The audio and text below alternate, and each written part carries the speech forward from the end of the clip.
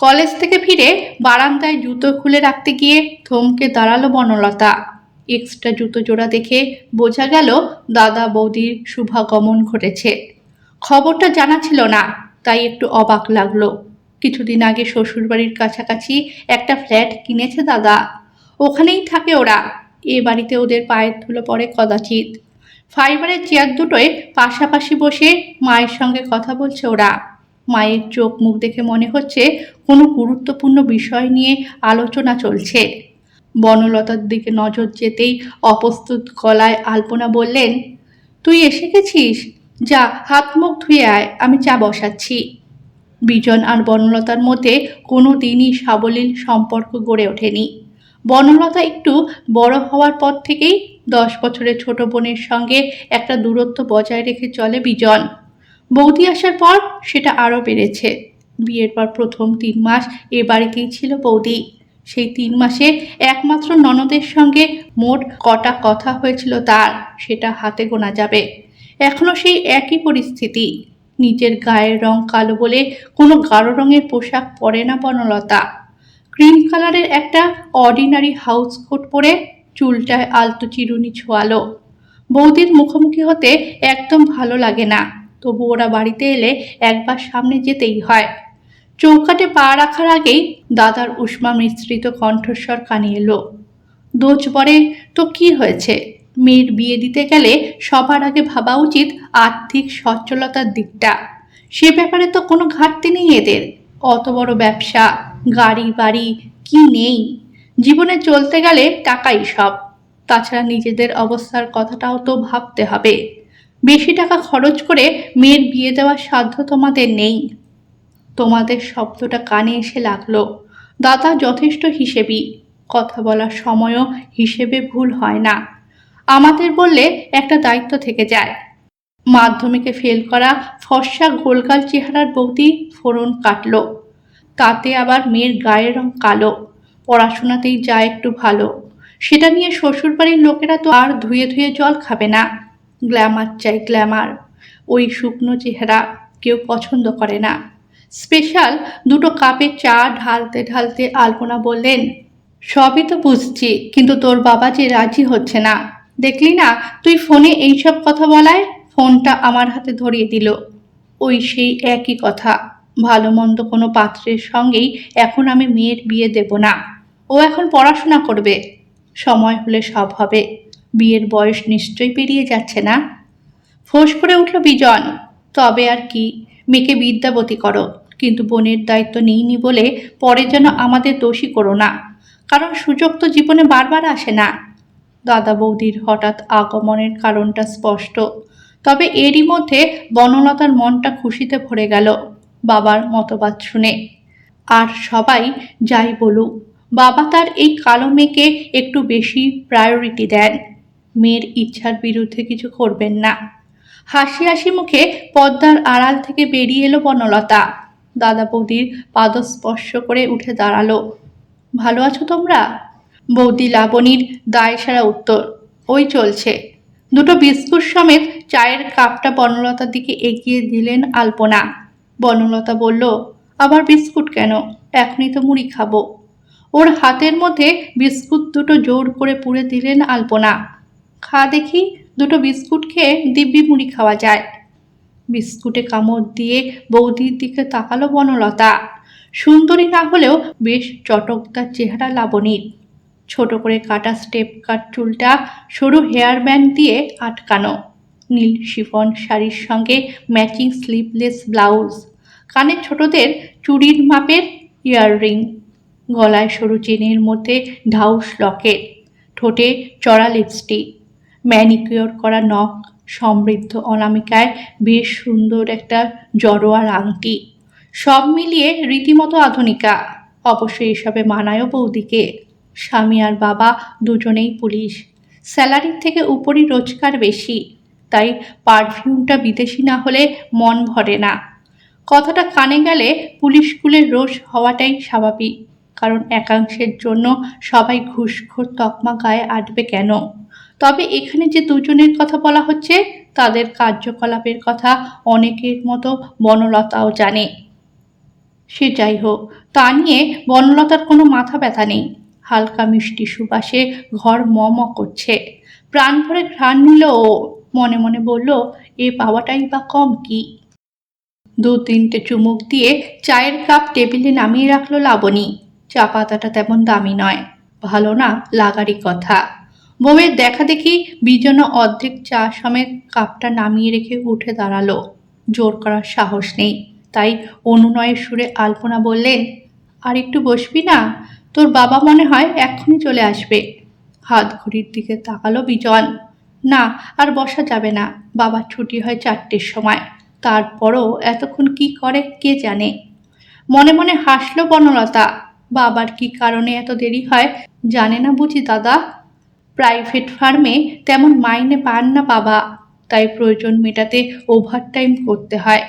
এই অতিরিক্ত উপার্জনের থেকেই 1.5 লক্ষ টাকা ওর চাকরির জন্য বাবা যে দিয়েছিলেন, এই 4 বছরেই বেমালুম ভুলে গেছে দাদা।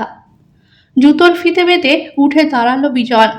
আমি আমার মতো জানিয়ে গেলাম, তুমি একবার বাবাকে বলে দেখো, তারপর বাবা যা ভালো বুঝবে তাই করবে। সিলভার কালারের সদৃশ্য জুতোগুলো পায়ে গলাতে গলাতে বনলতার দিকে আপাঙ্গ দৃষ্টি বুলিয়ে ঠোঁট বেঁকিয়ে হাসল লাবণী। চললাম গো বনলতা সেন। বনলতার টাইটেল আপদে সেন নয়, ওরা দত্ত। তা সত্ত্বেও বনলতা সেন বলে ডাকে অনেকেই, অবশ্য আদর করে নয়, শুধুই মজা বা ব্যঙ্গ। বৌদিও অন্যের দেখা দেখি এ নামে ডাকতে শুরু করেছে। জীবনানন্দ দাশের কোনো কাব্যগ্রন্থ বৌদি যে জীবনে ছুঁয়ে দেখেনি সে বিষয়ে বনলতার কোনো সংশয় নেই। বনলতা সেন, জীবনানন্দের বিখ্যাত কবিতা, সেটাও হয়তো বৌদি জানে না। শুধু এটা জানে যে তার কালো ননদটিকে যারা এ নামে ডাকে নিশ্চয়ই বিদ্রুপ করেই ডাকে। অতএব তাদের সুরে সুর মেলানো যেতেই পারে। দাদা কখনো এতে আপত্তি জানায়নি, বরং মৌন থেকে বৌদিকে বলার সুযোগ করে দেয়। অবশ্য এটুকু খাতির বৌদির প্রাপ্য। প্রথমত শ্বশুরমশাই দাদার ওপরালা, দ্বিতীয়ত নিজের চাকরি পাওয়ার ব্যাপারে তার অবদানের কথা দাদা কখনো বিস্মৃত হয় না। তাই শ্বশুরমশাই তথা বসের মেয়ে এই সম্মানটুকু অবশ্যই দাবি করতে পারে। নাম নিয়ে এই বিড়ম্বনা শুরু হয়েছে কলেজে ভর্তি হওয়ার পর থেকেই। এ যুগের দৃষ্টিতে আনস্মার্ট শ্যামলা মেয়েটাকে দেখে যখন রীতিমতো স্মার্ট ছেলেরা বনলতা সেন কবিতার থেকে 2-1 লাইন আওড়ায় কিংবা টেবিল বাজিয়ে গিয়ে ওঠে, নাম রেখেছি বনলতা, যখন দেখেছি তখন হাসির রোল তুলে তামাশাটা এনজয় করে অনেকেই। ছেলেদের দোষ দিয়ে অবশ্য লাভ নেই, শুরুটা করেছিল বনলতার সহপাঠিনীরা। মেয়েরাই মেয়েদের শত্রু, কথাটা শুনে এসেছে এতদিন। সেটা যে এত বড় সত্যি তা এখন বুঝতে পারে। কিছুটা দায় বনলতার নিজেরও। বেশ কিছু অভিজাত পরিবারের মেয়ে কোনো সাবজেক্টে অনার্স নিয়ে পড়ার সুযোগ না পেয়ে পাস কোর্সে বিএসসি পড়েছে, অথচ সেখানে বনলতার মতো নিতান্তই সাধারণ একটা মেয়ে চান্স পেয়েছে কেমিস্ট্রি অনার্স নিয়ে পড়ার। গাত্রদাহটা এতেই। ওদের উস্কানিতেই ছেলেরা নাম নিয়ে উপহাস করে। তবে 3-4 মাস হলো এসব কমেছে অনেকটা।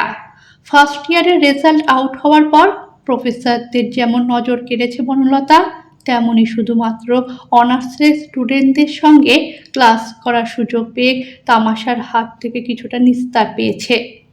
ঘরে গিয়ে ব্যাগ থেকে বই বার করতে করতে আর.এস স্যারের কথা মনে পড়ে গেল। উনি বই দুটো দিয়েছেন আজ। এই স্যারকেই কদিন আগে পর্যন্ত দেখলে ভয় করত বনলতার। দিন 7 আগের ঘটনা। সিঁড়ি দিয়ে মন্দিরার সঙ্গে উঠছিল। সিঁড়ির মাথায় জটলা দেখে দাঁড়িয়ে পড়েছিল ওরা। পরিমল নামের চোয়ারে মার্কা ছেলেটা আস্ফালন করছিল, তা বলে যখন তখন পিটিয়ে দেবে। আবার যাকে তাকে নয়, সন্দীপকে। সাহসটা ভাব। গলা মেলালো বরুণ। আমি একটা কথা কিছুতেই বুঝতে পারছি না, জিএস কিছু বলছে না কেন? সন্দীপ তো জিএসের 1 নম্বর চেলা। ওরই যদি এই দশা হয় তাহলে আমাদের ইউনিয়ন করে লাভ কি? 3rd ইয়ারে তাপস বলল, জিএস তো কোন ছাড়, আমাদের যুবনেতার কাছে গিয়েও লাভ হবে না। আর.এস এর ভাইকে জানিস?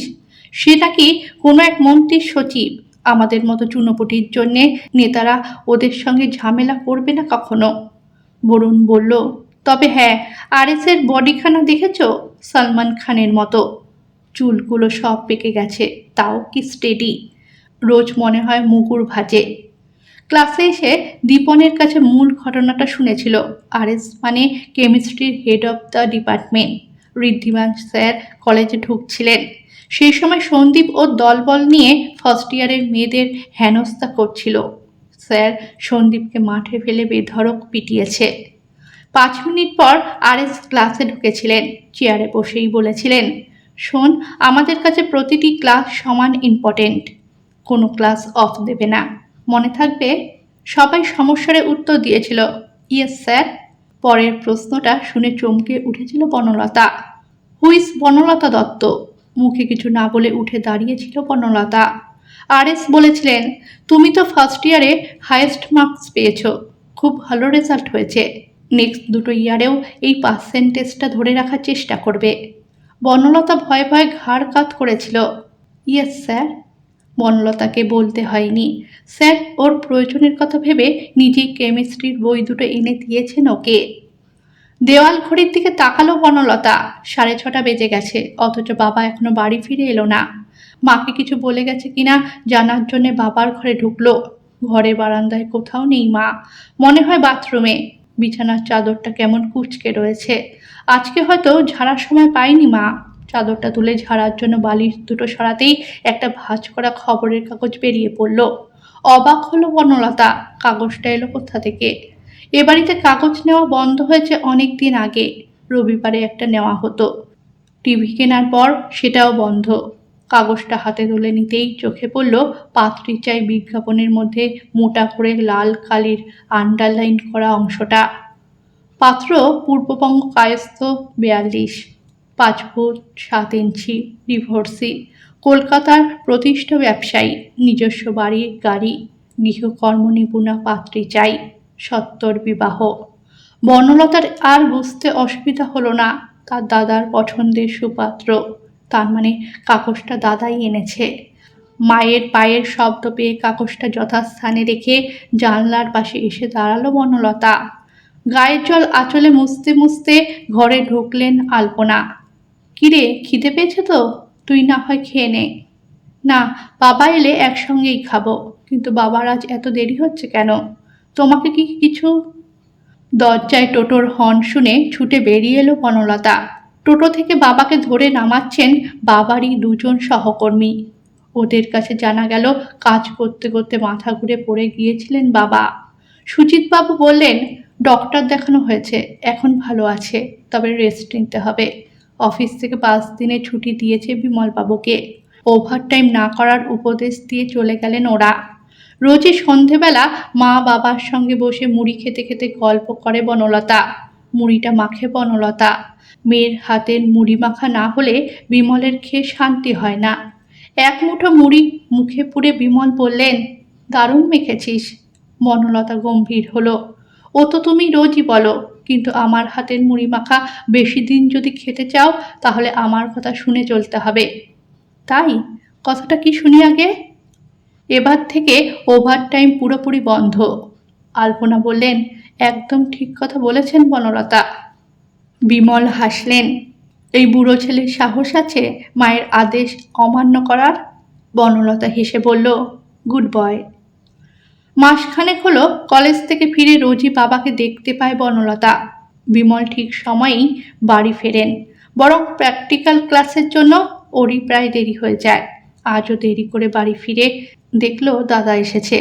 বনলতা ঢুকতেই বিজন ডাকলো ওকে। সম্বোধনটা শুনে অবাক না হয়ে পারল না। বোন! এ ডাক শেষ কবে শুনেছে মনে নেই। বনলতার সামনে দাঁড়াতেই কোনো রকম ভূমিকা না করে বিজন বলল, বাবার শরীরের কি কন্ডিশন সেটা তো দেখছিস, তার উপর আছে তোকে নিয়ে দুশ্চিন্তা। তাই সব দিক ভেবে আমি তোর বিয়ের ঠিক করছি। এ মাসেই বিয়ে দিতে চায় ছেলেপক্ষ। আমাদের কোনো খরচপত্র হবে না, ওরাই সব কিছু অ্যারেঞ্জ করবে। বাবার কথা ভেবে তুই নিশ্চয়ই এই বিয়েতে অমত করবি না? অবশ্য এতে তোরও ভালো হবে। পড়াশোনা করে যদি চাকরিও পেয়ে যাস তাতে আর টাকা রোজগার করবি, আর এ বিয়ে হলে টাকার গদিতে শুয়ে থাকবি। বিমল বিরক্ত গলায় বললেন, ওর চিন্তাটা ওকেই করতে দে, তুই কেন এত জোর করছিস? কেন করছি তা আজ যদি বুঝতে না চাও পরে পস্তাবে। বনলতা নিজের ঘরে চলে এসেছে প্রাণ খুলে কাঁদার জন্য নয়, নিজের মনের সঙ্গে বোঝাপড়া করার জন্য। তবে কি দাদা যেটা বলছে সেটাই ঠিক? ওর জন্য চিন্তা করে বাবা কি বেশি অসুস্থ হয়ে পড়বে? পড়াশোনা করার ইচ্ছা ওর প্রবল, কিন্তু সকলের সব ইচ্ছা তো আর পূরণ হয় না। বাবাকে চিন্তামুক্ত করতে বিয়েটা ওর করে নেওয়াই উচিত। আর এক মুহূর্ত দেরি না করে নিজের ডিসিশনটা জানিয়ে দিল, আমি রাজি, তোমরা বিয়ের ব্যবস্থা করো। হা হা করে উঠলেন বিমল। রাজি মানে? তুই রাজি হলেও আমি রাজি নই। তুই তো পাত্র সম্বন্ধে কিছুই জানিস না। বনলতা ছোট্ট করে উত্তর দিল, বিজ্ঞাপনটা পড়েছি আমি।